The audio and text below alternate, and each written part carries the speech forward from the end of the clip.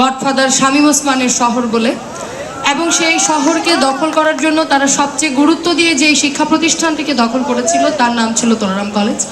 আমরা সেখান থেকেই পড়াশোনা করেছি এবং সেই কলেজ থেকে আমরা শুধুমাত্র ভিন্ন মত বা ভিন্ন চিন্তা ধারণ করি বলে, শুধুমাত্র আমরা ছাত্রলীগ করি না বলে নারায়ণগঞ্জ থেকে বিতাড়িত করবার জন্য আমাদের বিরুদ্ধে মিছিল করা হয়েছে, বলা হয়েছে যে একদম নাম ধরেই আমাকে বলা হয়েছিল আমাকে নারায়ণগঞ্জ শহর থেকে বের করে দেওয়া হবে, এবং তার ফলাফল হচ্ছে নারায়ণগঞ্জ শহরে আমি এখনও থাকছি, যারা বলেছিলেন তারা এখন আর নাই।